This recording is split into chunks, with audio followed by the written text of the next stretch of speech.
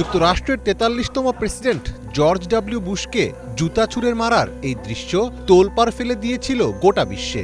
২০০৮ সালের ডিসেম্বরে ইরাকে বুশের বিদায়ী সফরে এই কাণ্ড ঘটিয়েছিলেন সাংবাদিক আল জাইদি। সেই ঘটনাই প্রমাণ করে দিয়েছিল সাধারণ মুসলিমরা বুশের কর্মকাণ্ডে কতটা ক্ষুব্ধ ছিলেন।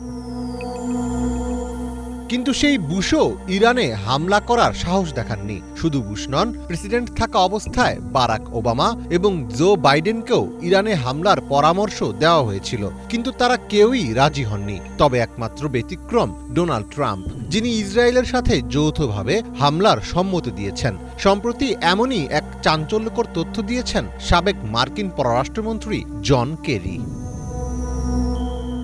MSNBC এর জনপ্রিয় অনুষ্ঠান দ্য ব্রিফিং উইথ জেন পাকিতে সাক্ষাৎকার দেওয়ার সময় এমন বক্তব্য দেন কেরি। ১১ এপ্রিল এক প্রতিবেদনে এসব তথ্য জানিয়েছে সংবাদ মাধ্যম আনাদুলু এজেন্সি।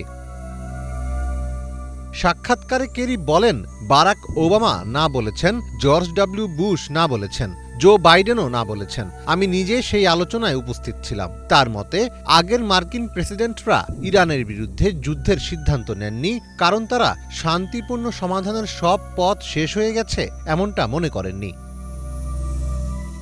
কেরি আরও বলেন, ভিয়েতনাম ও ইরাক যুদ্ধ থেকে একটি গুরুত্বপূর্ণ শিক্ষা পাওয়া যায়। জনগণকে বিভ্রান্ত করে যুদ্ধের সিদ্ধান্ত নেওয়া উচিত নয়। তার ভাষায়, মানুষকে ভুল তথ্য দিয়ে তাদের সন্তানদের যুদ্ধক্ষেত্রে পাঠাতে বলা ঠিক নয়।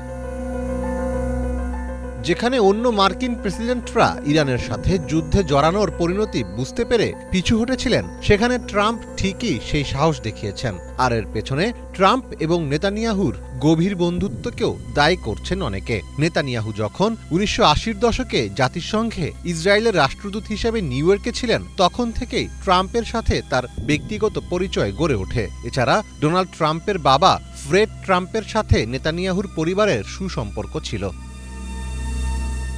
১৯৯৬ সালে নেতানিয়াহু প্রথমবারের মতো ইসরায়েলের প্রধানমন্ত্রী নির্বাচিত হওয়ার পর ট্রাম্পের সাথে তার সম্পর্ক আরও গভীর হতে থাকে। ২০১২ সালে ট্রাম্প যখন একজন সাধারণ নাগরিক ও ব্যবসায়ী ছিলেন, তখন তিনি একটি ভিডিওর মাধ্যমে নেতানিয়াহুর পুনর্নির্বাচনের জন্য জোরালো সমর্থন জানিয়েছিলেন। দুজনেই রাজনৈতিকভাবে দক্ষিণপন্থী এবং জাতীয়তাবাদী ধারার অনুসারী। ইরান ইস্যুর ক্ষেত্রেও তাদের চিন্তা চেতনা অনেকটা একই।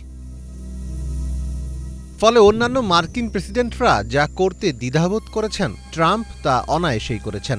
জেরুজালেমকে ইসরায়েলের রাজধানী হিসেবে স্বীকৃতি দেওয়া এবং সেখানে মার্কিন দূতাবাস স্থানান্তর, গোলান হাইটসে ইসরায়েলের সার্বভৌমত্ব মেনে নেওয়া এবং পরমাণু চুক্তি থেকে যুক্তরাষ্ট্রকে বের করে আনার মতো কঠিন কাজগুলো সম্পন্ন করেছেন ট্রাম্প, যেগুলো ছিল নেতানিয়াহুর দীর্ঘদিনের দাবি। আর এজন্যই হয়তো ট্রাম্পকে হোয়াইট হাউসে ইসরায়েলের পাওয়া সর্বকালের সেরা বন্ধু হিসেবে অভিহিত করেছেন নেতানিয়াহু। মীর ফজলে রাব্বি, বাংলা ভিশন।